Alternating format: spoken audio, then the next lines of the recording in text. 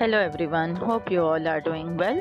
In my today's session, I'll be telling you about Freud theory of personality, id, ego, and superego. Freud personality theory saw the psyche structured into three parts: tripartite, the id, ego, and the superego, all developing at different stage in our lives.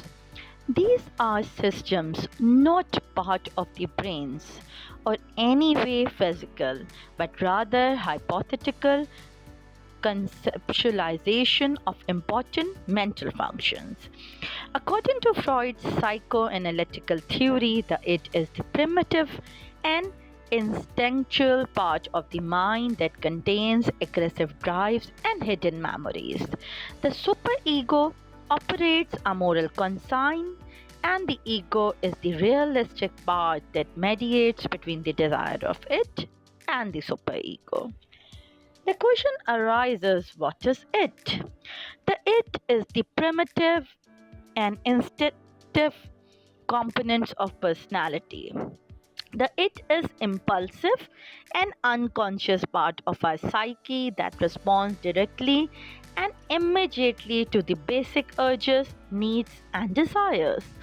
The personality of the newborn child is all it, and only later does it develop an ego and superego. So you can say from a child birth, he or she is having an it.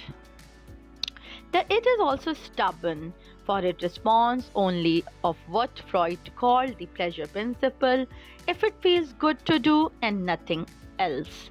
The it remains infantile in its function throughout a person's life and does not change with the time or experience, and it is not in touch with the external world. The it is not affected by reality, logic, or everyday world as it operates within the unconscious part of the mind. The it engages in primary process thinking, which is primitive, illogical, irrational, and fantasy oriented. This form of process thinking has no comprehension of objectivity, reliability, and is selfish and wishful in nature. The ego is that part of it which has been modified by the direct influence of the external world. The ego is the only part of conscious personality. It's what the person is aware of when they think about themselves and what usually try to project towards others. The ego develops to mediate between the unrealistic id and the real external world. It is in the decision making component of personality. Ideally, you can say the ego works by the reason, whereas the id is chaotic and unreasonable. The ego operates according to the reality principle, working out realistic ways of satisfying its demands, often compromising or postponing satisfaction to avoid negative consequences of society. The ego has no concept of right and wrong. Something is good simply if it achieves its end of satisfying without causing harm to itself or the it.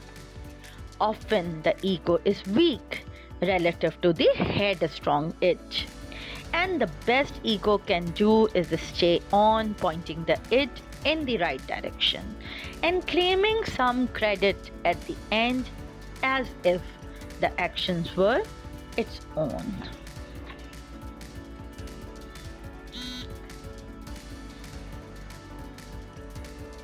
The superego incorporates the values and the morals of society which have learned from one's parents and others.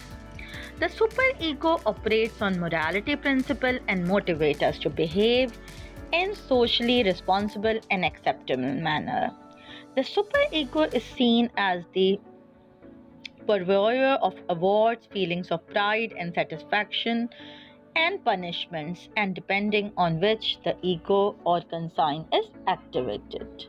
The superego ego is the part of unconscious that is a voice of conscience, doing what is right and source of self-criticism.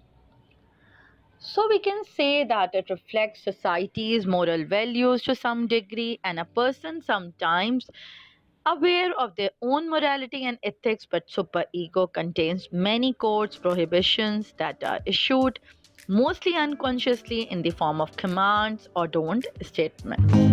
That is all from my side. Thank you so much. Have a good day. Allah Hafiz.